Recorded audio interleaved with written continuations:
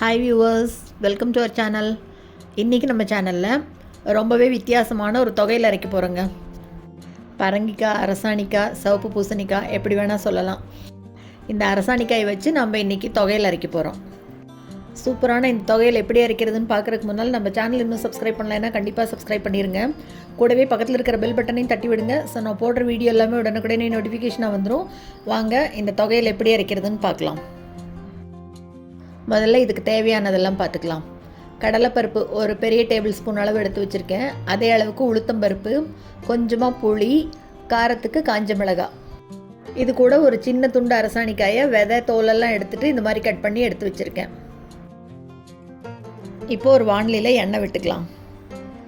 எண்ணெய் நல்லா சூடான உடனே இப்போ இது கூட எடுத்து வச்சுருக்கிற பருப்பை முதல்ல சேர்த்துக்கலாம். கடலைப்பருப்பை சேர்த்துக்கலாம் முதல்ல. அடுத்ததாக உளுத்தம்பருப்பையும் சேர்த்துக்கலாம். இப்போ அடுப்பை சிம்மில் வச்சுட்டு இந்த ரெண்டு பருப்பையும் மெதுவாக அப்படி வறுத்து விடணும். கொஞ்சம் அப்படி கைவிடாமல் வறுக்கலாம். அப்போ தான் பருப்பு ஒரே மாதிரி வறுபடும். இப்போ பருப்பு பாதி அளவு வறுபட்ட உடனே இது கூட எடுத்து வச்சுருக்கிற காஞ்ச மிளகாயை சேர்த்துக்கலாம். இப்போ மிளகாயும் சேர்த்து நல்லா வறுத்துக்கலாம். பருப்பு அப்படி லைட்டாக கலர் மாற ஆரம்பிக்குது பாருங்கள். இப்போ இந்த ஸ்டேஜில் இது கூட எடுத்து வச்சிருக்கிற புளியும் சேர்த்துக்கலாம். பருப்பு ரெண்டும் நல்லா அப்படி கோல்டன் ப்ரௌனில் வரணும், அந்த அளவுக்கு வறுக்கணும்.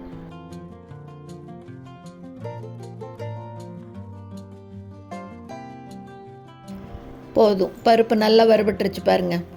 இப்போ அடுப்பை ஆஃப் பண்ணிடலாம். ஆஃப் பண்ணிவிட்டு பருப்பு எல்லாத்தையும் நல்லா ஆற வைக்கலாம். இப்போ இதே வாணலியில் இன்னொரு ஸ்பூன் எண்ணெய் விட்டுட்டு எண்ணெய் நல்லா சூடாகட்டும். எண்ணெய் சூடானோடனே எடுத்து வச்சுருக்கிற காயை சேர்த்துக்கலாம். இதையும் இப்போ நல்லா அப்படி வதக்கிக்கணும். காய் நல்லா வெந்து சாஃப்டாக வரணும், அந்த அளவு வதக்கணும். இந்த எண்ணெயிலேயே காய் நல்லா வதங்கட்டும்.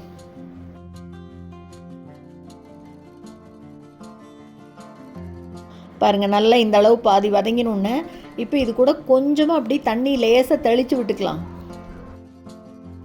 ரொம்பெல்லாம் ஊற்றிட வேண்டாம், லேசாக அப்படி தெளித்தா போதும்.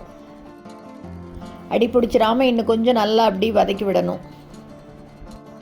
பாருங்கள், பச்சை வாசனை போய் நல்லா அப்படி சாஃப்டாக வதங்கி வந்திருக்கு.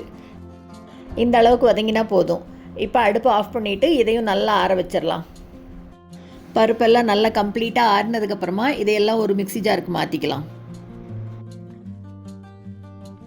கூடவே இந்த தொகையிலுக்கு தேவையான அளவு உப்பு சேர்த்துக்கலாம். இப்போ இது கூடவே ஆற வச்சிருக்கிற காயை சேர்த்துக்கலாம்.